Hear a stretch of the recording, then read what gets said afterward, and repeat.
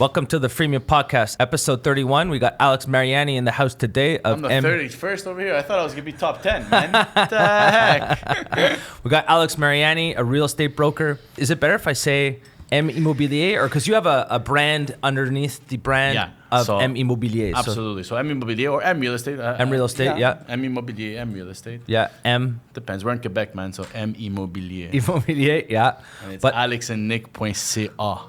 I see you guys all over Instagram all the time. We definitely are all over Instagram. Obviously, as everybody knows, your number one, your strongest tool for marketing, I would think, in terms of getting the connection and hitting everybody out there.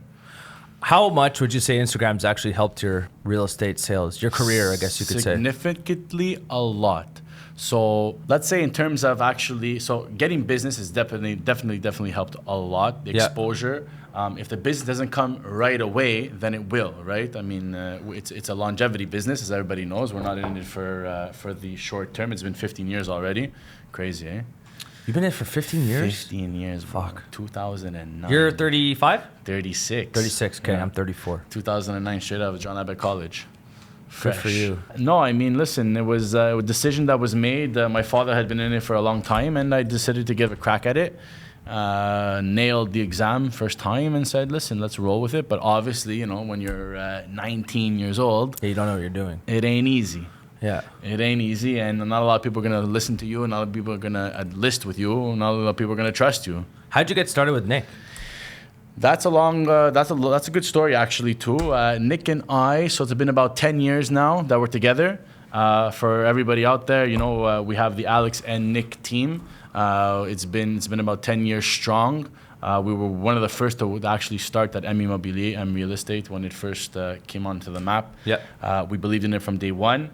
And Nick and I just, because there's a difference in age, 5 years, maybe 6. He's younger or older? Younger. Okay. By, I think, 5 years or 6 years anyways. Okay. And it was so mutual friends from him and mutual friends from me. So one of my best friends was actually one of his best friends' hockey coach. And we used to all go to this cafe in El Bazaar all together. I mean, I didn't know Nick at the time. And, you know, I used to go with my boys. He used to go with his boys. And then, long story short, you know, like conversation at the table over drinks. And, oh, you're in real estate? Yeah, I'm in real estate, this and that or whatever. Okay, man, I'm taking my license. I said, cool, man. I said, so, like, when you pass the exam and whatever, let's talk. You know, like, I was on a team at the time. And I wasn't with them. I was with Century 21. And I was on a team at the time, but it was at the point in my life where I was like, you know, should I go on my own? Should I stay with a team? But it's, you know, on your own is very scary. You know, any business on your own is very scary, let alone real estate, because real estate, you wake up every day, you have to have someone to speak to, someone to share your goals with, someone to, you know, collectively go get business with, and it can become a very, very lonely business.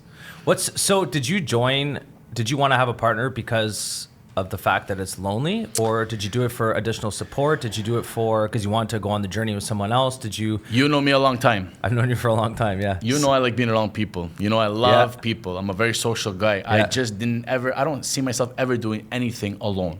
I like sharing things. I'm a very caregiving guy. I'll give you the shirt off my back when I have to. Yeah. But I like creating success with other people. You know, and at the end of the day, I mean, some people may not be that way. I am, and I just find that everything is more fun when you do it with somebody else. You know what I mean? You're not wrong. How does it work? I got a question. I've always been confused. I've asked other people this question as well. How does it work?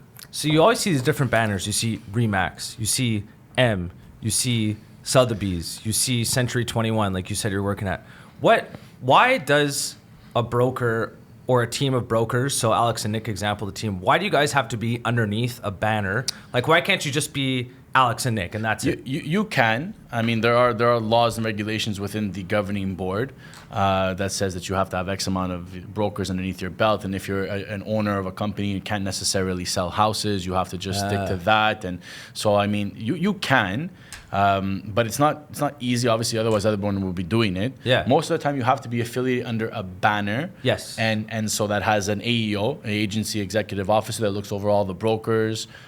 Because generally AEOs cannot also sell. I mean, you can, but I mean, again, long story short, it's because there's a lot of rules and regulations within the governing board that stops you from doing it. You have to have X amount of employees, brokers under the office. You can't just open up a banner, just one person or whatever. Listen, maybe you can. I never really looked into it 100%. But it's just something like that. And the banners, so they would take a cut example from the banners take a cut, yeah, absolutely. Okay. And depending on the banner that you're with, it could be a percentage or it could be a cut. It could be a fixed fee. Each one's different. Every banner has their own way of doing things. And, you know, again, so here's the reality. I want to hear the reality. I want to hear the reality. The reality is this, you know, and for all those guys and all those youngins, I want to start in real estate and this and that. And I mean, I might get some criticism for this, but whatever, fuck it, it's the podcast. You know what I mean? And I'm going to swear not too much. You're allowed to swear as much as you want. I know, but it's still going to be, you know, people are still going to be looking at me and so on and so forth. But back in the day, maybe the banner was important. Okay. You know, back in the day when there were a few banners, maybe it was important. Maybe it was that someone didn't list the house if you weren't with Remax, or if you weren't with Century 21, or maybe they felt that, you know, the banner had more experience and hired more experienced brokers. I don't know. But back in the day, that was the perception, definitely. Nowadays, I think people are branching out to do exactly like what Nick and I did, whereas like now we're just branding our name under the affiliated banner. You brand yourself. Yeah, so like when people are thinking real estate, yes, they're going to think I'm real estate because it is a massive company and I love them. It's taken me to where I am today. But I think when people think real estate, they're going to think more Alex and Nick, more than they're going to think a banner. You know, and so most people, even, I get a lot of people that actually think that Alex and Nick is a banner, right? So, I mean, I used to think that. Yeah. I thought you were on your own, and then I did more research. I'm like, oh, okay, they're underneath the M banner. Yeah, and I mean, and that's okay. And so I think now it's like, the times are turning, the times are changing, and people are branding themselves more than anything, right? I mean, it's also easier to brand yourself today than it's ever been before. Absolutely. With things like Instagram, 100%. LinkedIn, podcasts we're doing right now. Like, we don't need to go, I don't need to call a radio station. I don't need to call an advertising company. Like, I can just make content, post it on the internet, and hopefully people watch it. Listen, man, I mean, I was hoping you're going to have that little machine over here. We can do some dancing and some TikToks, but I mean, it is what it is. But yes, that's how easy it is, right? You get these things off of Amazon. You want to content create your own stuff and create everything yourself. I mean, you can, right? And how many people do we know across social media that have made all kinds of money and are doing very well because they're just literally marketing themselves and they're doing it themselves with just their iPhone. When you're posting, do you do it? Is it always organic? You go, you know what? I'm doing a nice showing today. I want this to be. I'm just gonna post this. Curtis, brother, nothing I do is organic. So but is there everything's planned? So in terms of all of our posts, like yes, when I come onto the camera, it's all candid. There's nothing organic. There's nothing. It's. Hold on, maybe I misunderstood. Organic. No, you're organic going the right meaning way. Scripted, or organic meaning like. Organic meaning, you just go. You know what? This is a really nice house. Hey guys, it's Alex and Nick here. Check out this house, and I'm posted. Is it more off the cuff or is it more planned out? It's more off the cuff. Okay. My stuff, the team stuff, like, you know. So we have 3 pages. Well, actually, we have 4 pages. We have the Alex and Nick page, my page, Nick page, and Ariana, who works with us as well. She has her page. So depending on Nick is a bit more camera shy than I am, so his stuff will be a bit more set up and more. You know, you won't really see his face on camera too much, and that's okay. He's a beast. He's a killer. So it's all good. My stuff, it's raw. You know, it's just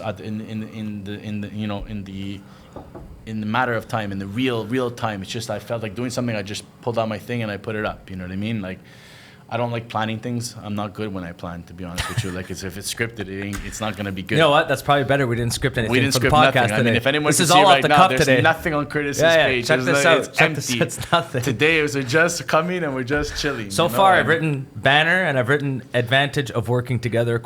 These are the 2 things I've already written. If you want to be super, and here's another advantage of being in a partnership, okay? Your freedom of life, freedom in general.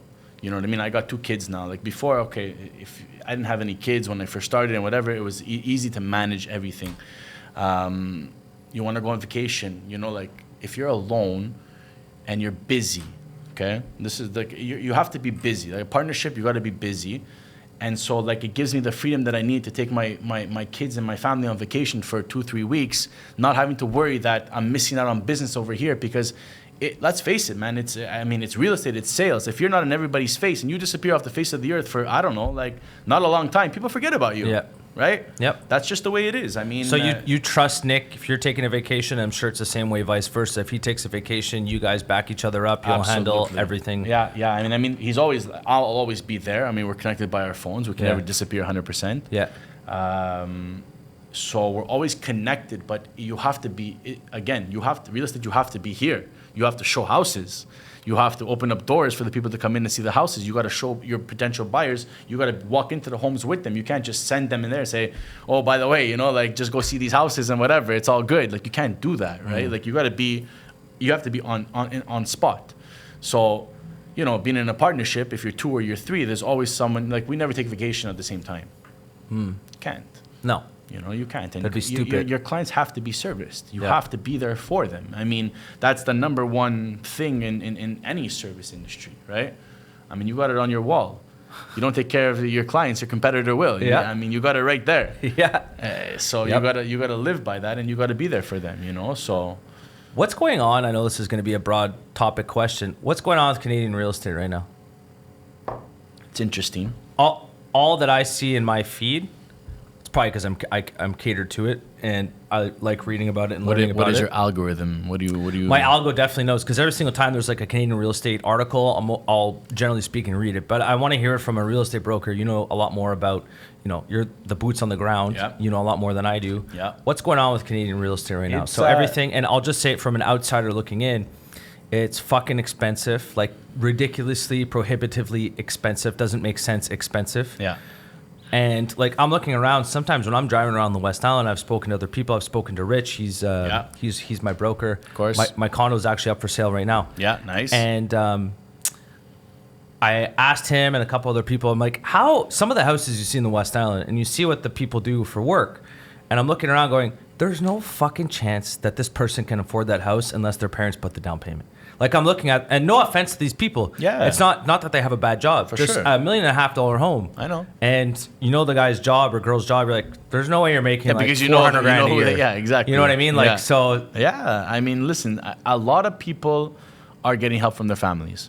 Okay, I mean, and I can't speak for everybody, but the clientele that I work with, thank God. I mean, but a lot of people are getting help from their parents, because I mean, at the end of the day, you're most likely putting down 20% on any house that you buy. I mean, you could get away with putting down 5, 10, 15. Everybody knows that there's a insurance within that you have to pay for. Called the CMHC. So most people are doing 20%. Now, depending on like when you bought, obviously like, so just like anything else, COVID kind of paved the way and set a way of life now that we're not going to go back to the way it used to be, realistically. And when I say that, I it's not just real estate, it's in terms of everything, right? So prices of anything, inflation has just gone through the roof. Yeah. I mean, so like, and people get it twisted with inflation. I'll just say this one point. People think that inflation is going to like go back down to what it was before. It's not. I don't think it is. It's not. Like people are like, and whenever someone like, let's say the CBC, they go, oh, inflation's going down. No. Inflation is increasing at a decreasing rate. Big difference. Yes. And people are like, oh yeah, inflation's going down again. No, it's not. Yeah. But sorry, continue. No. So to top off on what you're saying is basically, so like interest rates were at an ultimate low. Right so beginning of like this all started in like March of 2020. This is exactly when it started. I'll never forget the date, because at the end of the day I was in transactions then, and I was just like, what the hell is going on? You know, and everybody was like, what, like, and there was this buying frenzy happening, and we had clients that were getting interest rates at 1.5%, and it was like, it was nuts. And so essentially, I mean, as you know, what would happen is that like that guy who had a budget at 400,000 now has a budget of 600,000 because the interest rate was so low that he can afford the monthly payment. And so they didn't need, so they were able to buy. And so if you bought in the last 2 years, and you're looking at those people now who have like these $1 million homes who bought them in the last 2 years, they probably have a really low mortgage payment for now. For now, yes. Dun, da, da, da. For now. So that, and but also what happened is that it set a standard for home prices. Yes. Right? Those prices are not going to plummet anymore. And it kind of raised the bar for those type of homes, whichever type of home that it was. And so like in 2 years from now, that house that is now, that should have sold at 500, that sold at 6, well, in 3 years time, it's not going to sell for 500 again, which is probably the market price. it's going to sell for 650, or it just keeps going up. It'll never come down. But I'm gonna play devil's advocate there. So it's just, and I don't know what the hell is going to happen with the real estate market. No one knows what the hell is going to happen with the real estate market. Some people say it's going to crash in Canada. Some people say it's not going to crash in Canada. I mean, if you keep bringing in, I always preface this. I'm not against immigration, but we're finally able to have a conversation about this now. Absolutely. When you're bringing in 1 million immigrants every single year, there's no new supply of housing. Yeah. Healthcare, completely different side of things. We'll stay on real estate, but the supply is constrained. It's very low. They're not building fast enough for the amount of people that they're bringing in. No. So that itself should put like a backdrop on the prices. But then, my devil's advocate point, there's a credit bubble underneath of a housing bubble. So there's a lot of people that, like what you said, when the rates are going to reset, what the hell is going to happen? So right now, banks, for people that are already going through that with their rate resets on the variable rate mortgages, the banks are like, okay, let's say you're paying $2,000 a month. And the bank goes, okay, with the new interest rates, $3,000 a month now. Yeah. And the guy's going, I can't afford $3,000 a month. 100%. And the bank's just going, okay, we'll keep it at 2, but instead of having a 25-year amortization period, we'll put it to 50. Right. So- Which they won't do, right? But they are doing that. Are they? Oh. Yes, some banks are starting to do that. So it's like reverse amortization. And Because most banks, when that happened, and they Yeah. were doing it, and some amortization rates were like 57% or 57 years, 57 years. Jesus. Imagine. They were coming back to clients and saying, listen, you either increase your mortgage payment, Yeah. or if you don't increase it, at the end of your term, you're just going to have a huge lump sum to pay, because banks can't have 50 years. You know what I mean? They can't. But what if the people don't have that lump sum to pay? Question for not me, definitely, but I mean, question for all of us, and a big worry, because I've already been getting calls from people who are starting to refi and looking at their refi options, and already people are calling me being like, listen, what's my property worth, man? Because my refi is coming up and I don't think I can do it. And it's happening. It's not happening a lot, because now, at the end of the day, anyone who signed for 2020 for a 5-year fix, it can. But 2 years, man, down the road, it's not. And people start planning, right? But so what do you think? So if people start defaulting and they can't afford this lump sum, wouldn't that affect the price of housing? Because people are going to. So there's examples like power of sale. There's all these things. Long story short, if people start to lose their homes because they can't afford to be in that home, wouldn't that reset the market and drop the prices? Naturally. So do you think longer term that we're going to have lower prices or higher prices? Well, here's what I think. First of all, banks don't want to carry homes. I agree. They're not a real estate company. So I think truly, and I mean, again, I'm not a mortgage broker, I'm not a bank specialist, and this is just speaking what I think.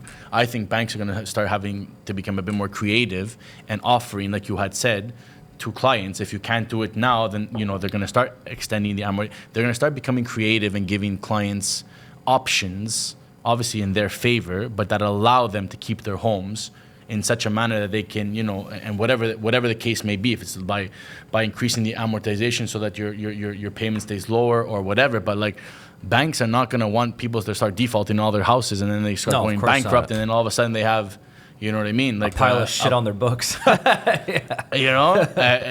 So I don't think it's going to happen. Again, I've been in the industry 15 years. I didn't see the first. I kind of went through it because I think it was 2008. The first time that, like the crash. Yeah, I think it was. Yeah. I think but it was, we didn't even. We were both younger. I was 17 or 18. Yeah, we were both like 19ish around there. Sorry, what am I saying? 1988. I would have been 20. 19. So it was just in the spring. But anyways, but like the U.S. during 2008, they got the chance to deleverage. Yes. Crashed. A lot of people lost their homes. A lot of foreclosures. So and a lot of people became rich. Yeah, that too. But like the average. I don't say the average person, but a lot of people lost their homes because they had no business being in a home in the first place. Yeah. We won't get into that. It's a story for a different day. Yeah. But Canada never went through that deleveraging process. No. So this is just why, like, I understand the points on both sides for what the hell is going to happen to Canadian real estate. I will say this, if we didn't have all these immigrants coming in, if we didn't have this much people coming into our country, I do think there'd be a way bigger housing correction going on right now. Absolutely. But we do have a lot of immigrants coming in right now. So I don't know what's going to happen. It's going to be interesting to see how this plays out. But I do know this, and I'm sure, to the point that you just made earlier, a lot of people are stressed about their homes because they're living in homes, and if they were to go get a mortgage today for that same home that they're living in right now, they wouldn't pass the stress test on the house they're in right now. Stress test is absurdly high. I just got a pre-approval from a client not long ago where the interest rate was 8.14%. I mean, astronomically high in our lifetime. Yes. It's astronomically high. Yeah. Because all the baby boomers are looking at us being like, you guys, when I bought my first duplex and my father, you're complaining now, but I paid 22% in it. Yeah, but you bought your place for 25 grand. Yeah, exactly. You know what I mean? Exactly. You didn't buy it for $500,000. So I get it. Don't get me wrong. I won't dispute them. A lot of baby boomers are my clients too. Yeah. So I won't dispute them on it. But at the end of the day, it's astronomically high in terms of, what it is for us. And I mean, again, man, I don't know about you, but I got a family of two. I ain't going to Costco and spending less than $1,000 every 3 weeks. I know. It's crazy. I mean, so that's life is getting expensive. So what the hell is going to happen for the next generation of people that if their parents can't help them out, they're just going to be lifetime renters? I don't know, man. I think about my kids too. And you say lifetime renters, but have you seen the prices of rent lately? It ain't getting any better either, No. right? That's very high nowadays. A 3.5, a clean 3.5 in the West Island of Montreal is close to $1,400 a month. It's crazy. You know what I mean? I know. You want a 2-bedroom, you're looking at close to $2,000 a month for a 2-bedroom.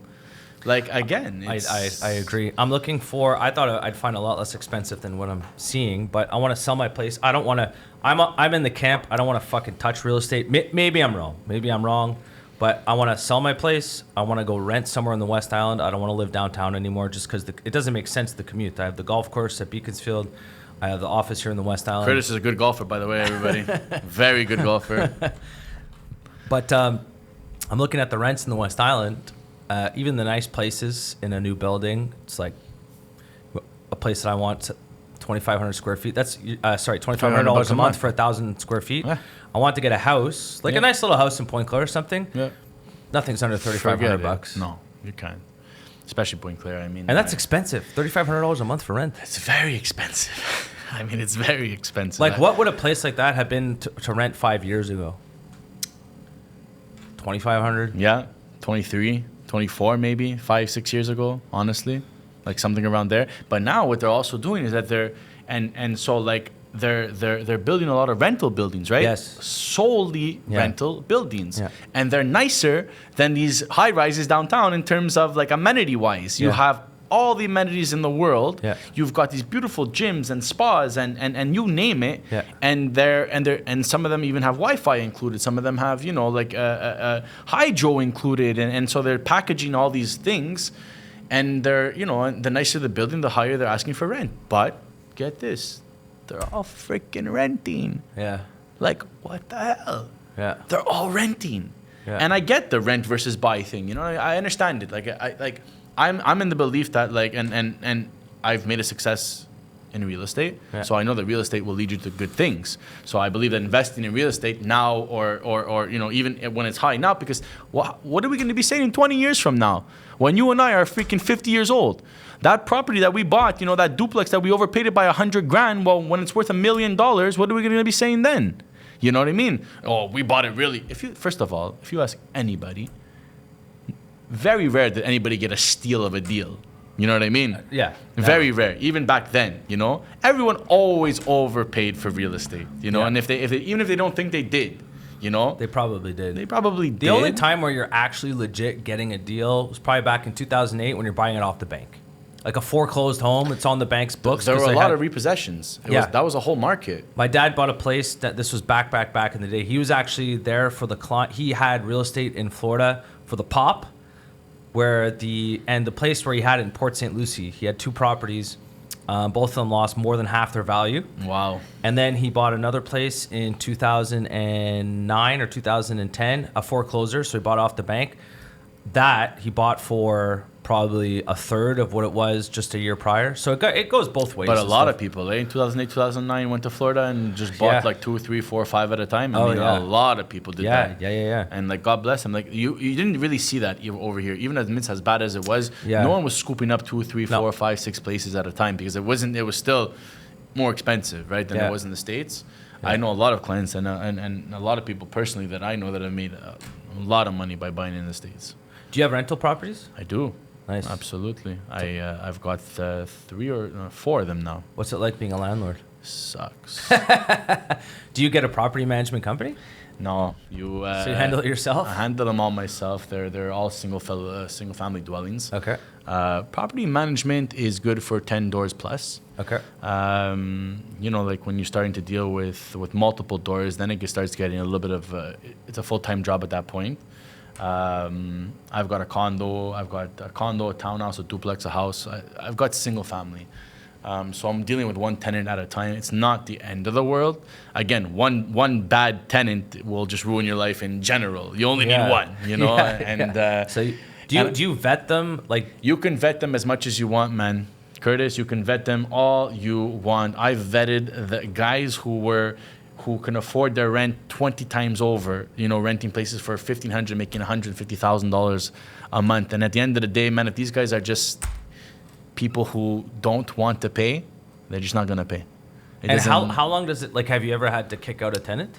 I haven't gone to that point yet. I've had clients who've gotten to that point. And what's it like? Because I'm just curious. I've never actually spoken to someone who's had to actually deal with that. How long does it take to actually get the tenant It is out? very, very hard. Like a year, 6 months? It all depends on the case. It's case scenario. But I will tell you this. The TAL, which was the Régie de Logement, then now switched over to the TAL,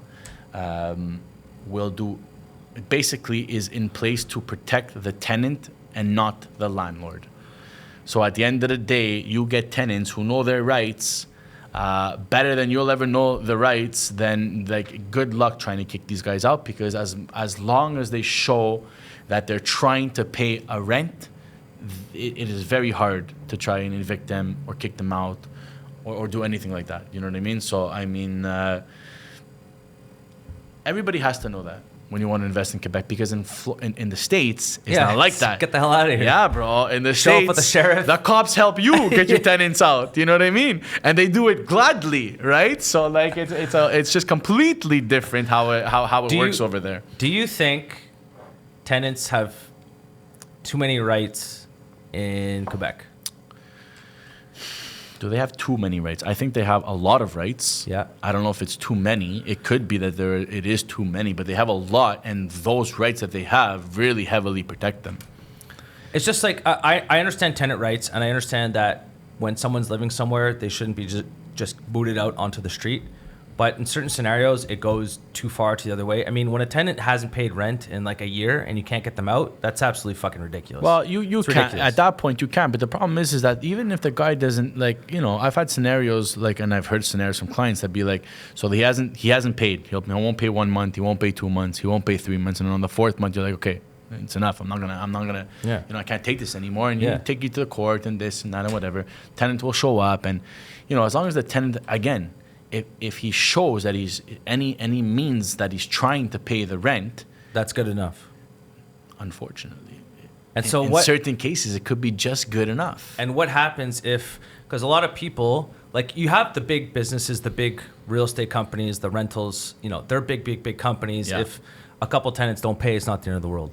But what about the guys or the girls that they have a building, they purchase a building, and let's say they took out like a home equity line of credit to put the down payment, which a lot of people did. Yep.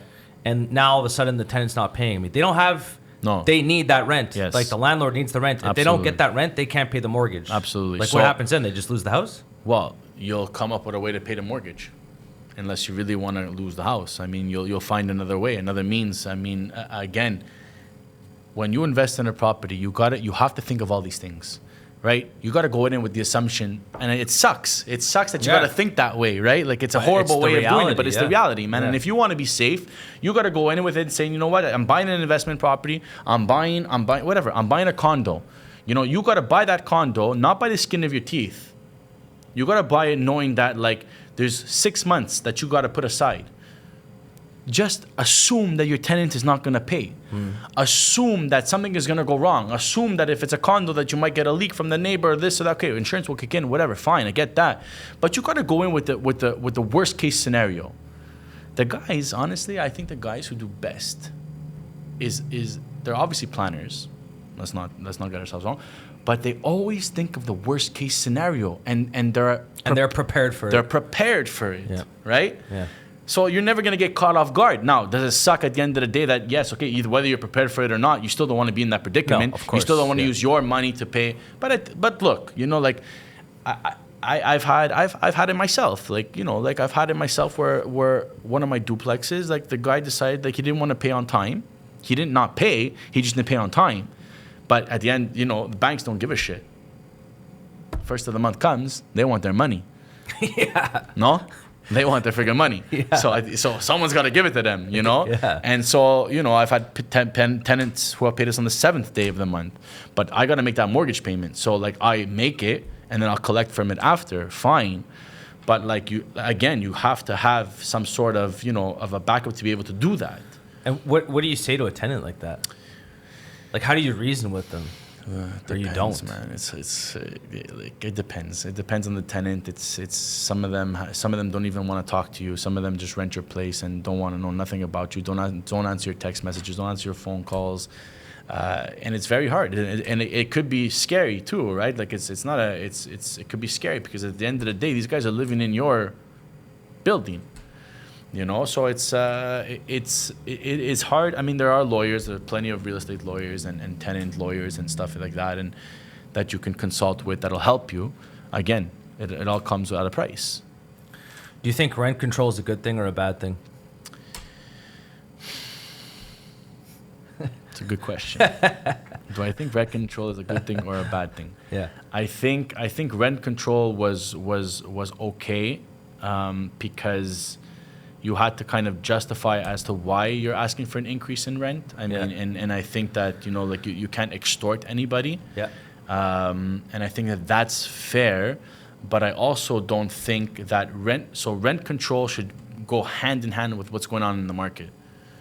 Rent control should not just stay at a certain percentage every year, and maybe you can ask for a little bit more because you invested some money into that building. But whatever that percentage is, I can guarantee you the city taxes went up. Yeah. The condo fees went up. Your maintenance costs went up. And so your little percentage that the rent control allows you to increase your payment, it ain't good enough. Yeah. You know what I mean? It's far from good enough. Yeah. So I agree. Again, there's a two-side story, and I agree with the rent control because from a tenant's point of view, if I'm there for 1 year, you know, at $1,500 a month, and then the next year the landlord comes to me and tells me I got to give him $2,000. Yeah. You know what I mean? And then every landlord starts doing that. Yeah. Well, for one, I think that wouldn't work as a whole. Yeah. So I'm okay with the rent control, but I think the rent control also has to be, you know, controlled with, you know, inflation and mortgage rates and cost of living. Right? Because at the end of the day, like no one's going to invest. So, but if I agree with you, and on the rent control side though, so does this end up, because you have the one side that says, well, if you get rid of rent control, then the landlords are going to abuse the tenants. And certainly there will be cases where landlords will abuse the tenants. They're going to jack up the rent and they'll get them the fuck out of there. So it's kind of the same thing. Florida, I don't think there's any rent control at all. No. And it would suck if your rent went from $1,500 to $2,000 a month because that tenant now has to go find a new place. It's a pain in the ass. They have to get up. They have to move. They have to pay for the moving costs, yada, yada, yada. Yeah, there's all that stuff. So I understand that side.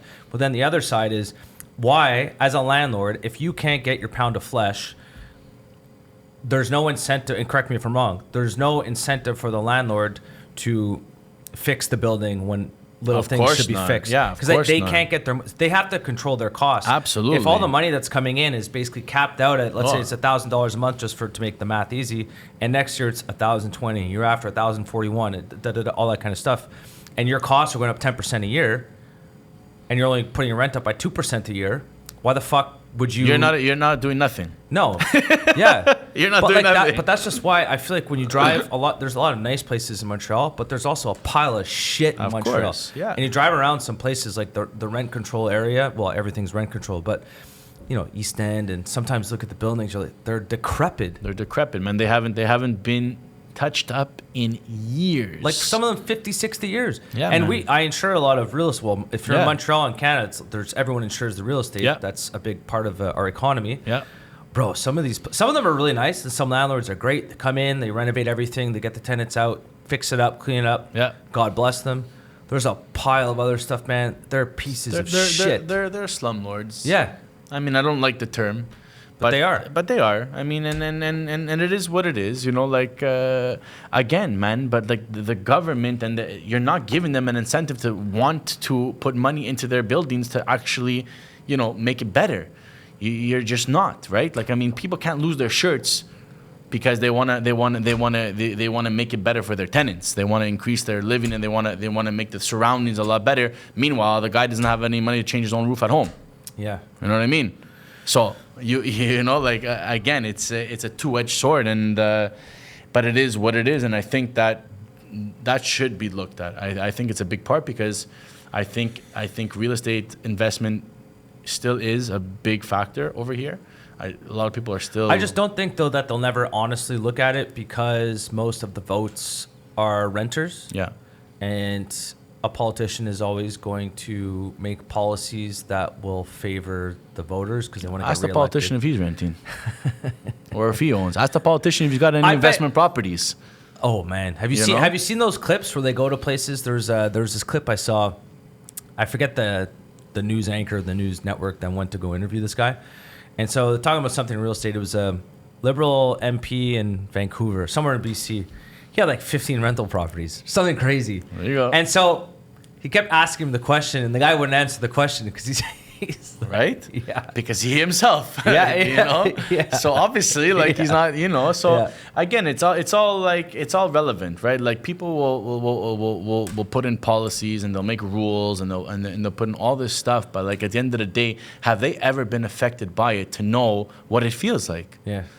Like how could you make a decision if you haven't, experience is everything, right? But again, there are a lot of people that rent, and there are a lot of people that, Montreal it's got a very strong rental market, and so those people have to be protected. I get it. Yeah. I get it. So at the end of the day, the moral of the story is just before you invest in anything, just know what you're getting into. Speak to someone who has it, who's gone through it, who's doing it currently, that at least can lay it out for you and say, you know what, this is what it is. Because everybody just says, I want to buy, I want to buy, I want to rent. Yes, in the long run, you'll always come out on top. It's just that you need to know what you're going to go up against. Everything is good till it's not good, right? Yeah. The flowers are beautiful. Everything is good. Times are good till times are shit, right? Yeah. So, and no one wants to deal with the shit times. Yeah. But there are a lot of people who dealt with the shit times who were able to get out of those shit times. Yeah. Right? And turn them into good times again. And those are the guys you want to talk to, right? Alex and Nick are the guys you want to talk to. Does Nick have rental properties too? Yeah. I've never met Nick before. No, so I don't think you have. And yeah, definitely. We have most of them are joint. Okay. Most of them we buy them together. Fuck, you guys do everything together. You could do everything together, but when you have a ride or die, and again, now let's talk about partnership, man. When you got a good partnership and you got a solid partnership, you guys trust each other. It seems like I can sleep good at night every single night. It's a good feeling. It's a good feeling, and there's no reason that you should not share life's experiences together, because a partner is not like a best friend. It's not like a wife. Like a partner is the guy that is gonna put like I rely on Nick to put food on my kid's table. Yeah. You know what I mean? Yeah. So this guy, or whoever that guy is the most important guy in your life, realistically. After your wife. After your wife. And your kids. Of course. After your wife and your kids. But again, a good solid part. And people look at us, honestly, and not to say that but people look at the partnership that we have and they ask us all the time, man, how did you guys do it? And how do you do it? Because partnerships are hard. And especially in an industry where, the money you're making is what you're bringing in, right? Your money you're making is solely dependent on what you bring in as business.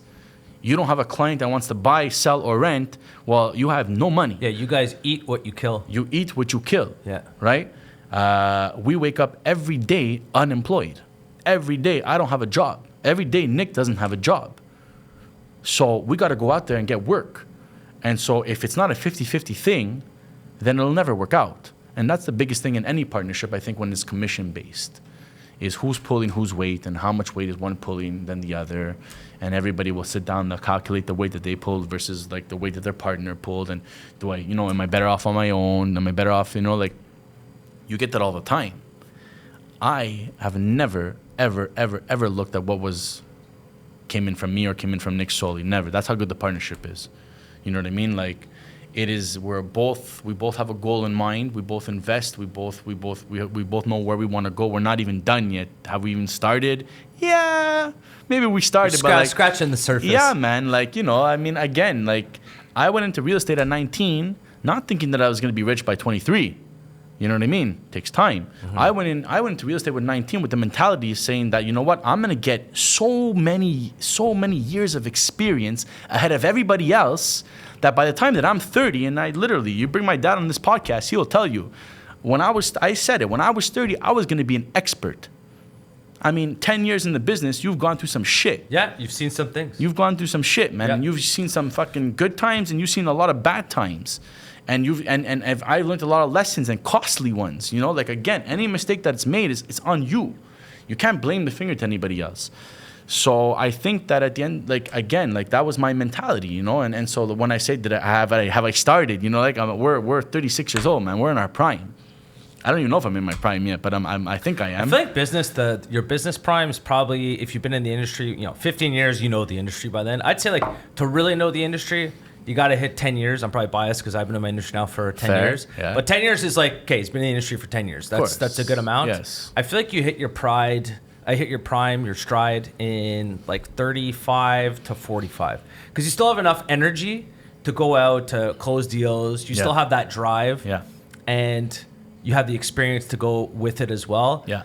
I feel like again, this is just from what I've heard, once you hit 45, you kind of just, all right, been there, done that. You kind of just start cruising and stuff. Yeah, and then you get the fucking animals that just their whole entire life, they're just fucking go. I'm going to be that animal.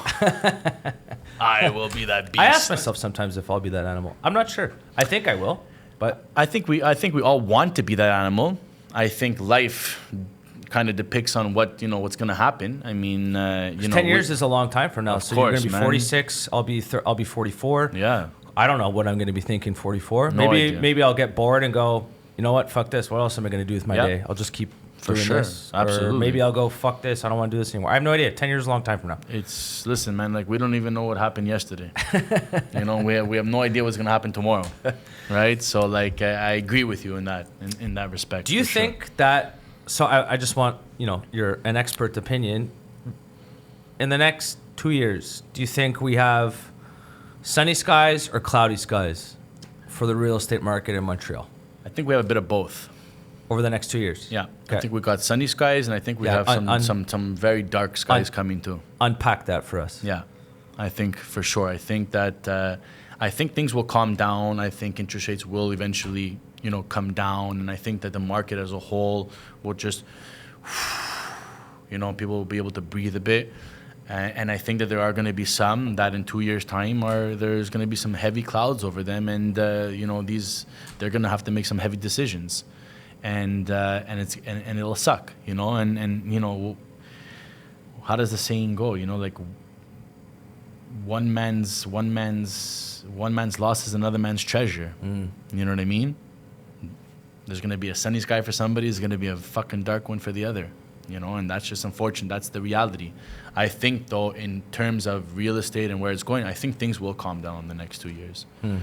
I think it'll be a bit more affordable. I don't think that the prices necessarily will. I think the benchmark is made. I don't think prices will plummet or come down too much. And if they do, again, everybody needs to understand what happened in COVID. COVID was very simple. You listed a house at market value. The only reason that it sold way over what the market dictated it to be was because there were 25 buyers for it. Because interest rates were so low, and course. Everyone could get a mortgage. Absolutely. Yeah. It didn't mean that house, that's what it was worth. Yeah. It's just because you had, man, Nick and I had, at one point in time, we had 22 offers to present to our clients. Jesus. Like, who the hell wants to present 22 offers? Like, it's not fun presenting 22 offers. Was COVID the time where you made the most money you ever made in your career? No. We made very good money, but we're making more money now.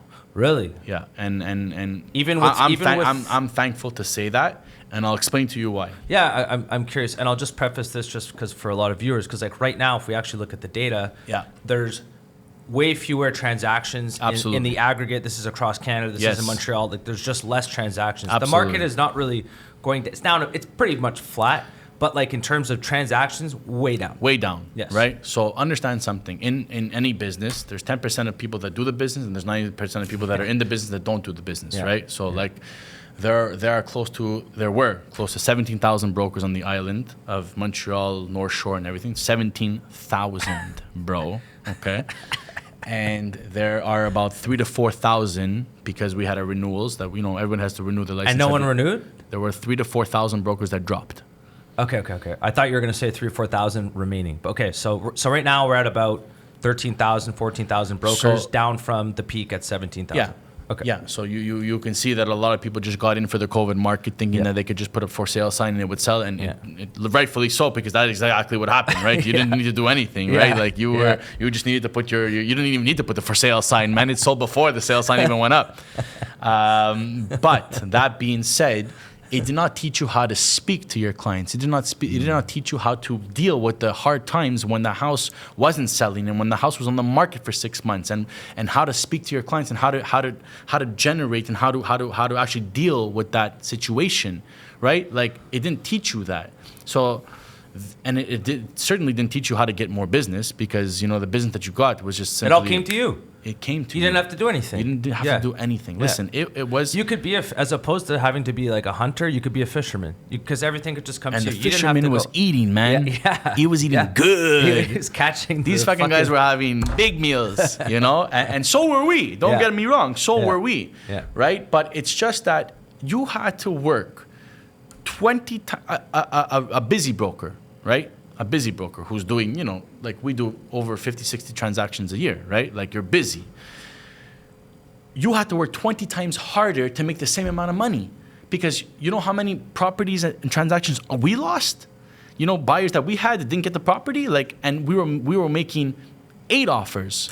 Like we had clients that missed out on 8 houses and finally got one on the 9th or the 10th. Just because they weren't able to go to the price that that the house was going to go to. Got it. Makes sense. Right? So you're working tirelessly, and COVID. So the market went like this.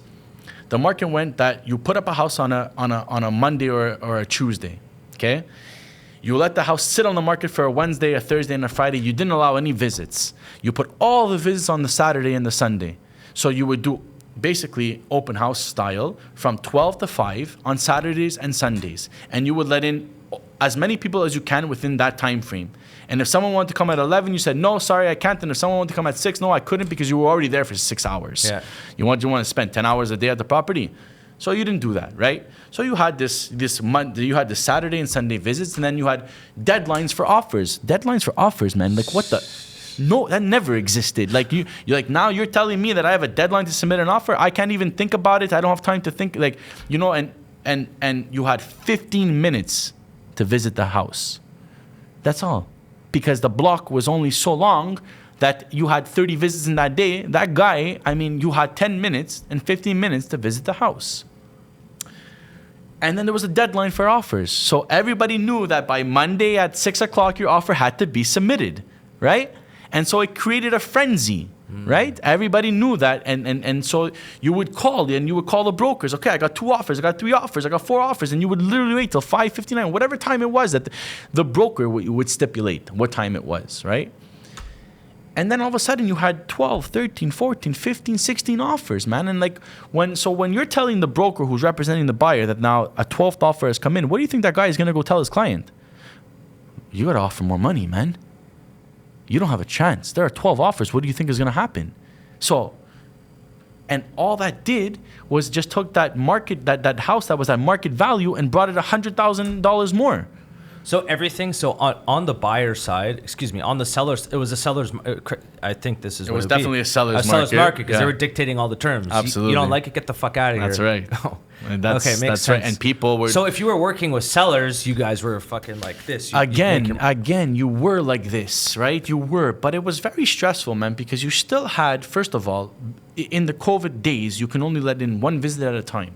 Okay, we had listed a house in Pierrefonds when it was minus 25 outside, and we had to let in. We had, I don't know, 45, 50 visits lined up. I don't even know how many. In one day. It was stupid. It was dumb. And so, and you had to wear a mask, and you also had to stand at the door and make sure that everybody was sanitized. Oh my God. Okay?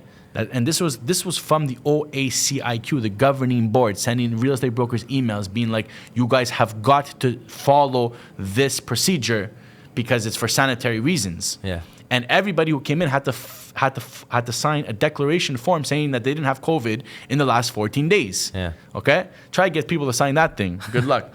That was one thing. We had cops, man, show up to the house because neighbors were complaining because there was lineups around the door. Yeah. And they were like taking up road space and street space, and people couldn't park properly and this and that. And like, we know that we're being watched. So we were doing everything that had to be done. One visit in, you had 10, 15 minutes, you were sanitized, you went in, and then you were kicked out. And then if you didn't see the whole house in 15 minutes, it was too bad. And not because we wanted to do it that way, because we were told we had no choice but to do it that way, right? So it was hard, man. Like, it was very, very hard on the brokers. It was like, you had to watch what you were doing. You had to like, and again, you had 22 offers to, like, what do you take? Which one do you take? You take the best one, the highest price? Again, there are so many more factors than just the price and an offer, right? Like what? Well, you got to look at the finance aspect of it. You got to look at. Can you elaborate on that? I don't know anything about that. Because for me, if I'm a seller, I don't know as much as you do. Obviously, if I'm a seller, if I want to sell my home for, $500,000, and I get some guy that comes in and offers $550, logically, I'm going to go with him. Of course, but do you know that the guy can afford $550? Right? Is he just putting that down, hoping that you're gonna? Because the second that you accept an offer, you're bound to that offer until all of your delays die out. You can't, as a seller, say, you know what, I don't want to take this guy anymore. If the guy comes in and gives you, whatever it is, $50,000 more, and you want to take that one, well, you're good. You're bound to that guy until he says that he can't come up with the money, right? How long does that take? Generally, anywhere from 14 to 21 days for a mortgage. Okay, it's not too bad in Quebec. Okay. It's not too bad, but when you talk about Ontario and the 21 days, like, these guys they have the letter on the spot. There is no such thing as a mortgage process in elsewhere, right? So there are many factors to the offer, and again, as brokers and then the clients. So you're Mr. Curtis, you're the seller, and you would look at me, Alex Mariani, you'd be like, well, what do I do? Which offer do I take? And they would really rely heavily on what you were saying, and so. Again, man, like, you look at it, it's a paper, it's black and white, and it looks very good on paper. You're like, wow, fantastic. But is it really that fantastic? You know what I mean? Have you had instances where people make a bogus offer and then they can't afford the mortgage? They can't get the mortgage? So this will lead in, this leads into the next thing. So back in the day, when I started real estate, there was no such thing as a pre-approval. Didn't exist. Okay? When you got an offer, it came in, and on the offer, it showed what the client was capable of affording. Okay, so the offer would come in. You're asking $500,000 for the property. Fantastic. How much money is Mr. X putting down? It would show that on the offer, and what type of a mortgage? How much of a mortgage is he trying to go for? Okay, to get approved for. Yeah. That'll all be in an offer. So when you're looking at the offer, you say, okay, it looks good. The guy's coming down with 20%. He's only asking for 80% of the mortgage.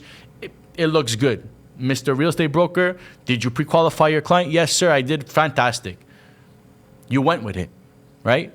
Gamble on every single offer. You don't know. COVID, because now that you had 20 offers to look at, even if you had 5, even if you had 10, everybody wanted to make sure that the buyer was pre-qualified, which nothing wrong with that, right? Nothing wrong with that. The way it should have been, realistically. So you weren't, and it continues till today. And that set up something going forward now. Like, nobody buys without pre-approvals anymore, right? But this was a thing of 2020, man. Like, pre-approvals weren't really a thing back then. Some people had them, some people didn't. Like, a lot of people would just speak with their bank and say, listen, I want to buy a house at $600,000. Can I do it? Yes, sir, you can do it. Fantastic. You made an offer, and that's it. You started the process because you knew that you had 14 days or 21 days to actually get it all done. But when you had so many offers presenting in front of you, then, you know, like us real estate brokers, we wouldn't look at any offer unless they had a pre-approval, right? Because again, when you're getting offers that are, and we've had offers that have sold 150,000 more than what the listing price was. Okay. Now, what's the problem with that also? Evaluations. Bank evaluations, right? Your property did not shoot up 150,000 overnight. And so a lot of the banks were coming back and being like, listen, man, Mr. Buyer, I understand that you want to pay $150,000 more, but we're only going to mortgage you up to this amount. Because that's what we feel. Because that's what we feel is good for the property. And so you had to come up with the extra cash. Huh. Right? Okay. And so a lot of people would even if that offer was beautiful and it was $100,000 more, would have trouble with the financing, even if they were pre-qualified, only because the bank evaluation would come back and it was shorter. It was less than what everyone anticipated it to be, and you have to make up that shortfall. And if you can't make up that shortfall, well, sorry, bud, you're gone. Next, man, right? But the problem is that now that you know that, can you take an offer that's $100,000 more? Is that not going to happen to the next guy? Right? So it was a fucking pain in the ass, bro. Because you had certain instances and certain transactions where you wasted a lot of time. I'm sure. Because it wasn't just happening to the first guy, it would happen to the second guy too. And so now you're looking at yourself and you're scratching your head and you're being like, holy shit, what offer do I take? You know what I mean? I did not know any of this. This is very interesting. I didn't know any of this. That's the raw truth. I don't care how anybody spins it off and tells you, that's the truth. Okay? Because you heard it here on the Freemium Podcast. Listen, man, COVID, we killed it. I'm not going to lie to you. Yeah, but sure. You were working for it. We worked for it. And we're the type of brokers where I thrive in a non-COVID market. I'm doing better this year than I did in COVID. Why is that? Everybody asks, how are you having such a fantastic year? I'm going to guess because you amongst the fact that, you know, I've never used you as a broker, but it sounds like you give a great service. You obviously know what you're talking about. I feel like, but the most important thing of all, why you are still having success is probably because you always have a full pipeline. You always have a list of people or a network of people that will call you or you can call them. Always. And that's important in any type of business. The pipeline always needs to be full. The pipeline always needs to be full. Yeah. The pipeline is very hard to fill. Yes. But our business model was always our network. Yeah. Take care of your clients, the rest will come. Word of mouth, all that Word kind of mouth, stuff. right? Yeah. Everybody that you worked with has a family, has friends, has colleagues. And that at the end of the day, would you agree with this? How everybody loves to say, "Oh, I got a guy." No kidding, Everyone bro. loves to say that. I love saying I got a guy. You kidding me? Sometimes I am the guy, but I love saying that I got a guy, right? Everybody wants to have a guy. Yeah. It's, you know, like, and again, it's important that guy delivers. Yeah. Right? I agree. And so when you're working on a referral basis, because that's my biggest, that is the reason why we do very well and why our pipeline is so filled, because we work on referral basis solely. And it just happened that way, right? But I was always in the belief that, like, again, take care of your network. You know, take care of your network. You don't need to go out and there are a lot of brokers who go and door knock and cold call and get outside business and try and do it that way. But I like to think that I was a cool kid when I was young. And I think that I thought you were super cool back in the Dome days when you were the bartender. Like, so I was that guy, and I like to think that, like, I was a likable guy, and it kind of just, transpired. And then I just said to myself, and when you start getting referrals is when you start realizing, you're like, holy shit, this is a thing. Yeah. Alex, my cousin is gonna call you. Oh, by the way, how did you hear me? Oh, you sold my neighbor's house and my best friend's house, and you sold my cat's dog's house, and like I sold everything, man. I sold all the houses. I sell all the houses. But like when you realize that like things were coming in on referral, you're like, wow, okay, so it works. Have you ever had to turn down referrals because you were just too busy? No, I'm never too busy. Okay. Curtis, I'm never too busy. Let it be known. What's your opinion on Centris? I love Centris, to be honest with you. I think it's a great tool. I think, first of all, sorry. I think I said that wrong. I'm thinking of Proprio. Excuse me. Tell me about Proprio. Because Centris, that's just a database. Centris is basically the number one search engine that everybody uses in Quebec to look for homes. Got it. And Proprio is a platform where you can actually do transactions without having a real estate broker. Correct. Got it. Okay. Yes. What's your opinion on Proprio? That was disaster. My question. Tell me about it. No, listen. At the end of the day, it's would you go to a doctor who hasn't done his medical practice and isn't certified to be one? No. Right? Again, would you go to would you do anything? Would you would you do anything that was so important to you and that could be so harmful and that could be so drastic? Would you do it without proper guidance, and would you do it without a professional? I don't know, man. Like, I have a story about Proprio back in the day. When I was first looking for a condo, this would have been 2017 or 18. I think 2017. So I find this condo on Proprio. I don't need a real estate broker. So this is actually going to benefit you guys. I don't need a real estate broker. I'll be fine. Most Proprio stories do benefit us, by the way. I go to the guy's house, check it out. Nice condo. It's in Griffintown. Yeah. Really nice condo. Looking around and all kind of stuff. I don't know anything about anything. I don't know anything about inspections. I don't know like this. I don't know that. Yeah. Sitting down, make an offer. We banged it out. I make an offer.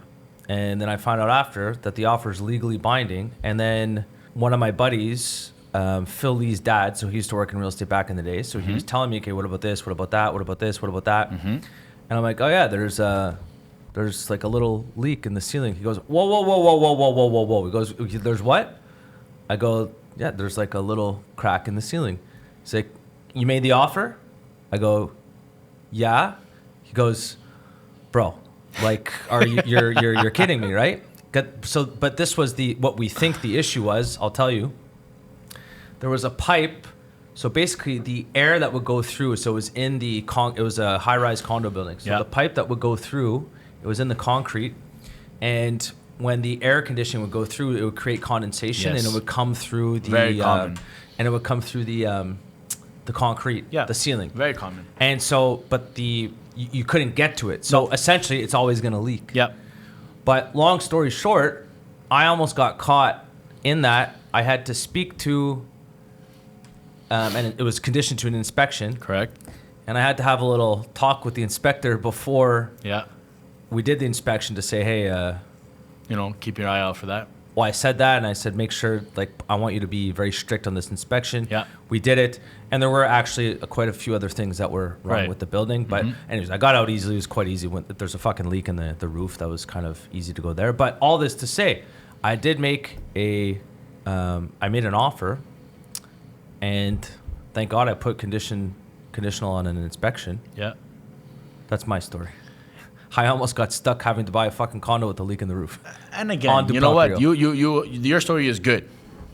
Honestly, your story is you're lucky. You know what I mean? And that was like the least of your problems, because at the end of the day, it is probably considered a common thing in the building, and then so on and so forth. Probably the syndicate in the building itself will probably be liable for whatever. Yeah. You got lucky. So so again, now I just come back to, like, people consider real estate to be one of the biggest investments of their life. For most people, it is. It's their biggest asset. For most people, it's definitely the biggest asset, for sure. Understand something, right? A lot of people may not know this. When you're on the buying side of real estate, so you're going to buy a condo, to be represented by a professional real estate broker costs nothing to you. Yeah. It's free, right? So why the hell would you not use it, right? On the buying side of Proprio. Yeah. Why would you just not, use a real estate broker to go purchase with? Because at the end of the day, the guy's going to make sure that you're properly represented. Whatever you're buying is decent, is good, is whatever, if there are issues. Now, on the selling side, okay, I get it. Like, don't get me wrong. Commissions are high. They've actually come down significantly, right? Back in the day, brokers were signing 7%, 6%, went down to 5%. Now, the norm should still be 5%, but some are going at 4%, and so on and so forth. But it is still a hefty price to pay for a seller. So Do Proprio comes up and says, well, fantastic, man. Like, we'll do it for commission free, right? Represent yourself in selling your house. Okay, no problem. First of all, you don't really know what's going on because at the end of the day, there is no guidance through do Proprio. You have packages that you choose, gold, premium, platinum, I don't know, whatever the hell it is, that offers you, again, whatever it is. They'll come in, take the pictures for you, and everyone just thinks that, like, I'll just go put my pictures up and do a few visits and away par là, we're going to sell. Okay, fantastic. But at the end of the day, no one cares about you as a buyer. The seller is representing himself in his own house. Is that not some sort of a conflict of interest? Is that not some sort of like some sketchy stuff? Like, how do you know that guy is going to be telling you everything? How do you know that everything that's coming out of that guy's mouth is going to be true? This guy's selling his house. He's going to tell you whatever the hell you want to hear. Is he not? But can't the buyer go back against the seller if there's any big glaring of problems? course, but I mean, you like as again, now you're the buyer. Now you have this form. You have how to fill it out, what to do with it. What are the legalities within the form? What are how many days do I need to ask for this, and how many days do I need to ask for that? And like again, like do you understand that you have to be within your delays for everything? Do you understand that like there are delays, and if you don't respect them, that things could go wishy-washy? And do you know that like now again, you have to fill out a seller's declaration, right? Do you know that the guy filled it out properly? For me, it's just that when you're selling your own house, you're on the buying side. I just wouldn't trust that person. You know what I mean? Now, on the flip side, as a seller, why would, again, it costs money, but to be represented properly from a professional, it always costs money. Wherever you go, no one is working for free, right? But you're getting the representation from someone who's done some schooling, who's a professional. He's a professional, man. Like he did schooling, he's gone through experiences. This is not his first rodeo. Hopefully, it's not his first house that he sold. Yeah. And again, he's representing everything that benefits you. Again, don't trust anybody, right? They say DTA, don't trust anybody. It's a term for a certain reason, right? Like everybody's out for themselves. So I just think that like do Proprio, there are a lot of stories. What's the worst story you've heard on do Proprio? They're not like horror stories per se, but again, it all comes down to like people lying. The horror stories in do Proprio is because the broker who's representing the seller ain't gonna lie. He's liable for everything that he says. He's liable for everything that he puts down on paper. So he's not gonna screw around. He's gonna say, Mr. Seller, I need to know, X, Y, Z. I need to know everything about your house and this and that and whatever. Again, now, like, how could you negotiate on your own terms? How can a seller negotiate?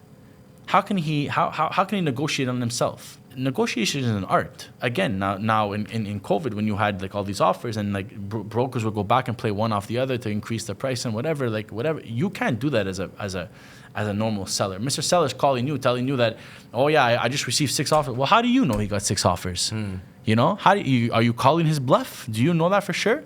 A real estate broker can't lie about these things. You know what I mean? So like we're again, man, like we're governed by a board, and if we play around, well, our license is taken away.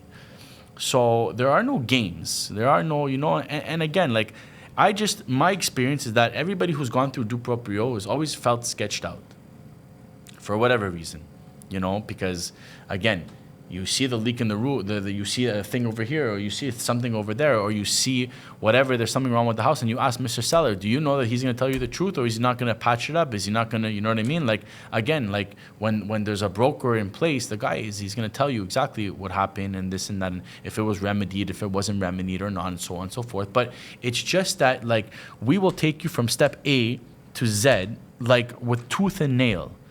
Everything will be measured. Everything will be looked at. Everything will be reviewed. It's not just like, we're not in it just, okay, everybody's in it to make money, but at the end of the day, you burn a client one time. People talk too. People talk. Yeah.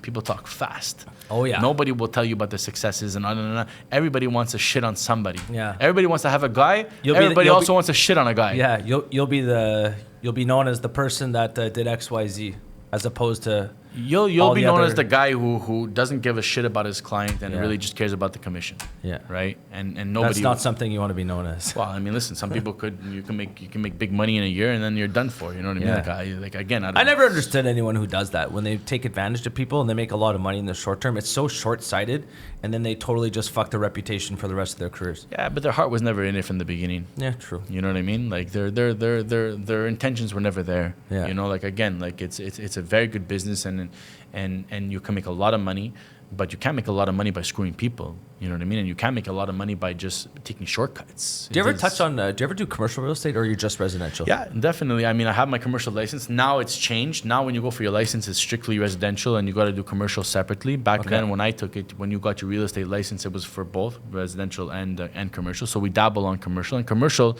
can mean big buildings, and commercial, anything over 5 doors is commercial, right? So we dabble a lot in revenue properties. We sell a lot of revenue properties. But like, what about commercial office space, stuff like that? So commercial office space, we dabble in it. I don't, and if I don't know necessarily, if I'm not comfortable with it, then I just go to somebody in my office that is a Send a master at referral. it, and Yeah, you know, and I refer, and So it's not your bread and butter. It's not my bread and butter. Okay. No, it's definitely not my bread and butter. We do take it on. We do it. Don't get me wrong. I don't want people to think that I don't do it at all, because I do. But my bread and butter is residential. Okay. My bread and butter is homes.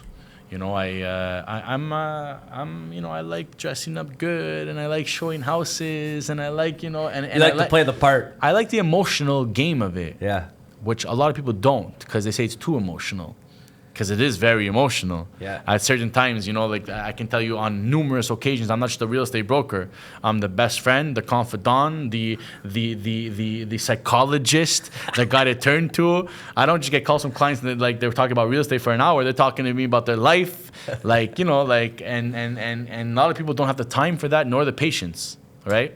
Okay, when it comes to psychology, how do you convince or consult or whatever you want to call it with a seller that thinks their home is worth more than what it actually is? And I bet you, correct me if I'm wrong, most people believe their home is worth more than what it actually Everybody is. does. I believe my house is worth more than it is. It's only normal. So how do you walk someone through that? You got to be real with them. You know, and they gotta know that, like, they gotta look you in the eye, and they gotta trust you, and they gotta know that what you're saying is true, and not just say it. You gotta back it up, right? You gotta back it up with comparables, and you gotta sit down with Mr. Client, and you gotta say, listen, this is, you know, like, and again, that's something that we pride ourselves in doing. I don't sit down and tell a client or dictate what his house is worth. To be honest with you, even though I know what it is, I don't sit down and tell him. I show him, because at the end of the day, if the exercise is done amongst everybody, there is no he said, she said. Right? And how would you show someone what their house is worth? You'll just show listings of comparables? I mean, just like anything else, right? Like, how do you know what your house is worth? Well, let's look at the comparable in the area that's sold, and what does it have compared to yours? Does it have a bedroom more? Does it have a bit more renovations than you do? Does it have a newer roof? Does it have, you know, is it a bigger size of the building? Is the land a bit bigger? And take that all into consideration, and then you put together a price compared to whatever has sold. Because at the end of the day, everybody is going to look at what's sold. If you're asking $950,000 for your house, well, the buyer's not just going to say, "Whoa, fantastic! Here's $950,000 for your house." Yeah. He's going to go back to his broker, or he's going to ask you and says, "Listen, what are the comparables like in this area?" Yeah. I mean, if you're smart, you're going to ask that, right? So again, numbers don't lie, man. It's black and white. So like, and if a client still doesn't understand that, or still thinks that it is what it is and his house is, it's okay. You know, it's okay. And some people have to be taught. You know, like, some people have to actually go through the scenario to understand it, right? Like, it's a lot easier to convince someone when, like, you know, if the guy wants to put his house up for $50,000, $60,000 more than what it is, we always make sure that the client understands that that's not what we want. Our price and what we think where it should be is X. $50,000 less. Have you ever had to refuse to work with someone because... Of course, man. Because doesn't it look bad also? Like, let's say, for example, someone's asking for a price on their home or their condo or whatever it is, and it's completely ridiculous. It's a bad reflection on the broker. Absolutely. If it's not being sold, like, let's say it's been on the market for 8 months, 9 months, Absolutely. 10 months. I mean, it looks like it doesn't look good for you. It looks shit for us. Yeah. Looks like we don't know what we're doing. It looks like you're lazy. It looks like a lot of things. It looks like a lot of things. It Yeah. also could look like a guy that just takes business just to take business. Yeah. You know what I mean? And so, Yeah. like, thankfully, we're at a point in our career where like I don't take houses that I don't believe in. Got it. Simple as that. I don't need to. Thank God. You know, like I don't have to. Yeah. A lot of people out there, they'll let the sellers dictate it because they need that listing. You know what I mean? They need to, and then what they'll do is... Because their pipeline's not full, well, so their they take pipeline's whatever not they full. can get. They take whatever they can get, and they're hoping Yeah. that within the term of the contract, that they can try and reason with that client to try and bring them down in their price. Now, there are people out there with two intentions, right? Like don't get me wrong, there's 17,000 brokers on the island of Montreal. They ain't all 14,000 now. 14. they ain't all like you know. Well, yeah. they're not just sharpshooters, honest people. Yeah. Right? Honest people. Like again, we're honest people. There's not a lot of people. There's not everybody's honest like you. Some people will sit there and tell you what you want to hear, so they can grab your business, knowing that very well all they're gonna do is try and chop you down, and it's emotionally draining for the seller, right? But again, like with our clients, everybody takes the listings that are a bit higher. It's only normal. Like you don't want to lose the business either. But again, if the client is a good client, he understands and he says that, you know, like I'm okay for trying. The market is very, very like nobody knows what's really going on. Nobody knows what type of buyer is out there and how desperate that buyer can be and how long he's been shopping for. And you could just put up a house. And I mean, how many times does it happen where like you put up a house and like it sells within a week just because that buyer has been shopping for 6 months and finally the product that he wants comes to the market and all of a sudden you look like the hero because it's gone in 24 hours. Right? So that happens a lot. But I'm okay with clients and taking on clients and with to a certain extent. If it's understood that was never our intention and that within X amount of days, if you're not getting activity, then this is what you should do, right? I am client XYZ. I call you up. Alex, I need to sell my house. Hey, Mr. Seller XYZ, no problem. Walk me through what you're going to ask me at the beginning. Like, how do you deal with your clients? Because I'm sure, like, let me preface this with something else. So if someone calls me for commercial insurance, like I've been doing it for long enough, yeah. You know the questions to ask right off the bat. Yes. Bing, bang, boom, X, Y, Z. Do you have this? Do you have that? Okay, perfect. Let's try and work together. And sometimes it goes the other way. You can ask them those questions. No, I actually don't have that. Okay, well, sir, go get this done, and I can't help you until that happens. So what are those questions? I guess you could say, what are those? So questions are different. Qualification questions before you start to work with someone. The questions are different for a buyer and a seller. Let's go with a seller. So if you're selling, reason for sell, okay. You know, I mean, generally you want to know why it is, but the most important thing is like, what's the next step after you sell, right? Because most of the people who are selling is because they want to buy something else. They want to upside, they want to go bigger, they want to go smaller, they want to rent, they want to move out, whatever the case may be. But you need to know what the next step is in order for you to take care of step A. You kind of got to work backwards, right? So you need to know, you know, again, like, so reason for sale doesn't really matter, right? I mean, again, most important thing is like you have to make sure that whatever he wants to sell it for, that there's enough money to be left over for commissions to pay out all parties and whatever.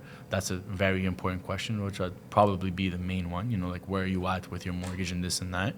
And not a lot of people want to tell you that, right? It's personal information, but it's a huge integral part of selling a house. So if the house has declined in value, they wouldn't have enough money to pay out the commissions, right? It all depends on what they owe on the house. Let's take some places in Toronto. So they bought it at $1 million. Yeah. They put 5% down, and now it's worth $800,000. They're not gonna have any money to pay the people that sell the house. Definitely not. So I can't answer that question because it hasn't happened here, right? So I don't know what happens in a situation like that. But I would just hope that broker, whoever is representing that seller, kind of knows what he's getting into before he signs any contract. Interesting. Right. So I mean, and again, I just, you know, our step is our guidance is you know, is step by step. Right, so let's talk about. So step number 1, why you're selling. Step number 2, where are you going? Step number 2, you know, and step number 3, you want to make sure you're getting motherfucking paid. Step number 4 is let's do business. Yeah, I mean, again, on a selling point, it's not. There aren't too many questions to ask. Yeah, you want to sell, fantastic. Yeah. You know, like, are you realistic with what you want to sell at? And again, for us, it's just where are you going? Because I'll give you an example. Most people, like I said, who are selling is because they want to go somewhere else, right? Now Now, you know, most people are going to need the money from the sale, the proceeds from the sale of their house to be able to go buy the new house. To do the down payment. Yeah, but how does that happen? But it's just basically setting everything up so that they don't fail. You understand? Yeah. It's very simple, man. Because, like, again, now the market is shifted, so a lot of people are putting conditional offers on houses. So meaning that, you know, your house is on the market, you find the house that you want to, you know, put an offer on, you make that offer on condition that you sell yours. Right? Dates become very important at that point in time because you can't put that guy in the street. And most of the time, you're going to need the money from your house to be able to get the approved mortgage for the new house. So it becomes very complex. And again, these are situations that, like, you can't do Proprio. No. You don't know how the hell to do this shit, man. This is serious stuff because, I mean, one false move and you're out in the streets. It's true. I know, I'm not going to sugarcoat it. You know, like you're in your mom's basement. Well, whatever, man. Like, you're definitely in your mom's basement if your parents allow you to go back to the house. You know, like, but it's complex, and it's so it's gotta be thought out, and it's gotta be dealt with properly. And I just, again, man, like I just think that any professional in any business just knows how to do it and what to do. You ask me a question, I've got an answer for everything. How? Why? And then so before we wrap up here, because I know you got to get going sooner than later. How do you work with someone on the buyer side? We just talked about the seller side, the buyer side. So on the buyers, you just want to make sure that they're qualified to shop for what they want to shop for. Very simple. Would you say it's easier to work with the buyer, easier to work with the seller, or they're just different? No, they're different. Some may say that it's easier to work with a buyer because, again, there's no real stress on buying, right? You dictate what you're gonna buy. I guess it also depends on the market because, like, buying during COVID sounds like it was an absolute shit show. It was a shit show, and so a lot of people would either take the plummet and go for it, or they would just wait until the market cooled down. But as a seller, I think there's a lot more stress as a seller because there's a reason you're selling. Who knows what that reason is, but there's a reason you're selling. Yeah. And again, like you don't know if you're gonna get your price. You don't know what offers are gonna come in. You don't know what type of conditions are gonna come in and within that offer. And I think there's a more stress on the selling side because you're selling. You want to sell, but on the buying you have options. But when you're selling one product. And so your focus is there. And if you're not getting what you want and the activity that you want, if you're not getting the feedback that you want, and let's say you do have timelines and you do have delays and things have to move, it's stressful, but listen, again, everything is stressful, right? It's all a matter of the lens you look at it through. Like some days nothing is easy, man. Nothing is easy. And like I don't look at it like it's stressful anymore, even when I'm put in the most stressful situations. I mean, I think that's why we thrive, is because when we are put in those situations, we know how to deal with it. It also makes it more fun. Like work, sometimes if it's stressful for a long period of time, it can get overwhelming. You're like, oh my God, fuck, can we just get this over with? Yeah. But there are other times too where the stress, it's a mix of stress and excitement at the same time. Of course. You know what I mean? Like, fuck, I hope, okay, let's get this. Come on. When you get it, you're like, yes! Yeah, but that's, again, and then it just comes back, and I'll just touch on it shortly, and it just comes back to say, like, why are we doing better than the COVID market? Is kind of because of that. Kind of because we know how to deal with the situations. You're being put in those situations more than you ever were now. And we know how to get our clients out of it or innovate out of it, and whatever the case may be. But like, we're master talkers, right? I couldn't tell. You'd have no idea, eh? Hold on a second. Let me put on my shades again. We are master negotiators. We know how to talk. We know how to talk to people. Yeah. And so, you've done it before. Yeah, man. And that's why I thrive in this market, because my clients have time to look at properties. They have time to think of the properties that they're looking in. I have time to actually speak to the other broker, negotiate with the other broker. So does this give you more time to develop more of a strategy? Whereas during COVID, it was just, bro, you got to fucking make the offer. You want to get the house, make an offer right now. Yes, absolutely. There's way more strategizing now than there ever was before. I mean, again, before.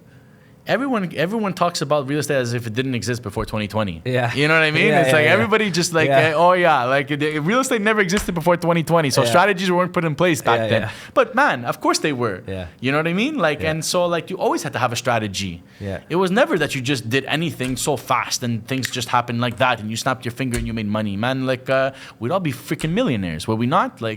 So there's always a strategy involved, and that's where a lot of the brokers who weren't experienced weren't able to handle it. They had no idea how to strategize. But Alex and Nick were strategy experts, man. Like, numbers don't lie, right? Like you see, like we sell a lot, and clients see that too. You come across as, I've never worked with you, but I will endorse the fact that you come across as like a very trustworthy guy. You'll say it like it is. Yeah. And it's okay to say, yeah, I'm fucking good at negotiating. I'm fucking good at speaking. This is what I do every single day. But it's like, I think it's a good thing. I would like to hear that in a real estate agent. Like, don't worry. I know how to speak to other people. But you do come across as trustworthy. You do come across as kind of just straightforward. And that's what I would want in a real estate agent or any type of consultant that you're going to be working with. The best thing you can ever be is just be yourself. Yes. Literally just be yourself. I always say that. It's like, if you can literally just, and by being trustworthy, just do what you say you're going to do. Yeah.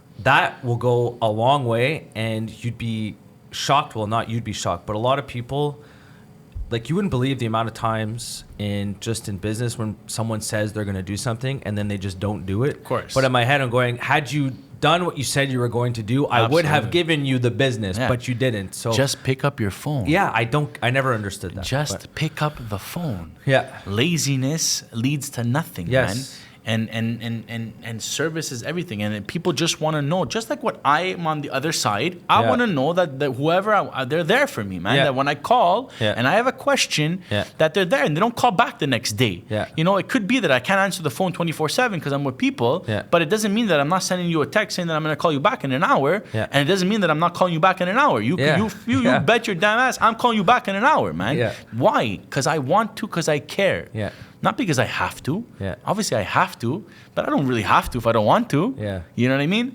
So just be yourself. And long story short, like, we had a house for sale. We had a house for sale in Notre Dame d'Ile-Perrot. It was a client of ours. They referred us. It was a referral. And anyways, we had dealt with this client back in the day. And anyway, so he bought. He was selling his house. He bought the other house on that street. So we had now 2 houses on that street. 2 signs on a block of 10 houses. You can imagine, Like, we look like superstars. It gets better. So, the middle house now, they want to sell their house. But they were planning on going, they were with another broker. They canceled, and they were planning on hiring another broker, not me, not Nick or I. You know what I mean? It was another, I won't name names and I won't name banners, but it was somebody else. And my client was trying to convince, because they're all neighbors, when you live in a block of 10 houses, everybody knows everybody. Yeah, well, and they see my car at the house every day, and they see this and they see that. And my clients, and so that potential seller is asking my client, what do you think about these guys? And obviously he's going to vouch for us. We had been working with him for, 10 years. And so, one day the guy comes over and he sees me outside, and he goes, come over. Okay, I'm going to come over. He goes, come see my house. I said, obviously, I'm more than happy to come see your house. And, obviously this is an interview. If no one understands that this is not an interview, then, he's sizing you already up. You've already lost the business, right? So, but I didn't look at it like it was an interview. I never look at it like it's an interview. I went in and I met his wife and we were there for an hour, and all we did was shoot the shit. That was it. They showed me the house. They had a beautiful house, and I'm complimenting on their house because they did it very well, and renovations and this, and they built it themselves, and a lot of thought process went into it, and credit where credit is due. And literally, I was just myself. I'd never met these guys. It's the first time I ever met them. Did you get the business? I mean, yes. But long story short, he calls me up and he says, you know what? We decided we're going to go with another broker. I said, okay, man, no problem. All good. Thank you for having me over. Honestly, you have a beautiful house. Thank you for having me over. And then 48 hours after, he sees me outside of my other client's house, and he comes over and he goes, Alex, my wife can't stop talking about you. I said, well, I don't know if that's a good thing or a bad thing. I said, but I'm hoping it's, And he says, he goes, you really impressed her. Like, honestly, she really was, like, moved and touched and, like, impressed by, like, and I told him, I said, listen, I didn't do anything. I came in, I met with you guys, and we just chilled, like, we just, you told me everything. You told me what you wanted to do. You told me your plans and whatever, and that was that. And, and he goes, yeah, but he goes, but you really impressed her. And so much so that, like, I want you to come over right now, and I want you to sign this contract. And, brother, that's $1 million listing. You know what I mean? Must have felt good. I felt great. Yeah. I called Nick after, and and that's the nice thing about partnership. I called Nick after, and yeah, baby, bro, I can't believe it. You're never going to know that. And, you know, it's just you celebrate. But, man, does it feel good, right? Yeah. Because that's business that you wouldn't have gotten otherwise, right? Yeah. And it was referred to from another client. But just because you're referred, it doesn't, like... People need to understand that, like, referral is strong. Why? You still need to earn the business. You still need to earn the business. Yes. Like, maybe 50% of it has been done because you've been sold Yes. by that guy who's referring you. It's definitely easier than a cold call, for sure. 100%. Yeah. However, you still got to earn that business. Absolutely. Yeah. Right? Yeah. And so, like, that was a nice story. That's one of those stories that, like, want to keep you in the business. You know, like, that's a nice success story because at the end of the day, they were amazing people, man. It was an older couple. They were precious. It was amazing, no? And again, That's like ending a round with a birdie. bro, that's like ending the round with a birdie. That's 100%, and it makes you want to go back. Yeah. You know, like, that's the same thing. It's the exact same feeling. Yeah. And it's again, it's just it's nice. You know, it's nice. Alex, that's a perfect time to wrap this up. I think. Thank you, bro. Thank you for having me. I really appreciate you coming on. You were fantastic today. I appreciate a lot of energy. you, like, I love reaching this. out. I love it. I love doing this. And again, you know, We'll like, have you back on again, man. I'll be more than happy to bring you back we'll on definitely again. do it again. I'll be more than happy to. I appreciate that, guys. Freemium Podcast. Check us out. Yeah. Subscribe. This is what's your Instagram handle? Let us know. So everybody knows the Instagram handle. Alex and Nick is the Instagram handle. Yeah. alexandnick.ca is the website. You can go on there and see everything, and you can also check us out for our Google reviews. We've got plenty of Google reviews. I mean, super important to us. And that's about it, man. 514-349-9338. There we go, baby. Thank you so much, bro. Thanks, brother. Have a good one. Ciao.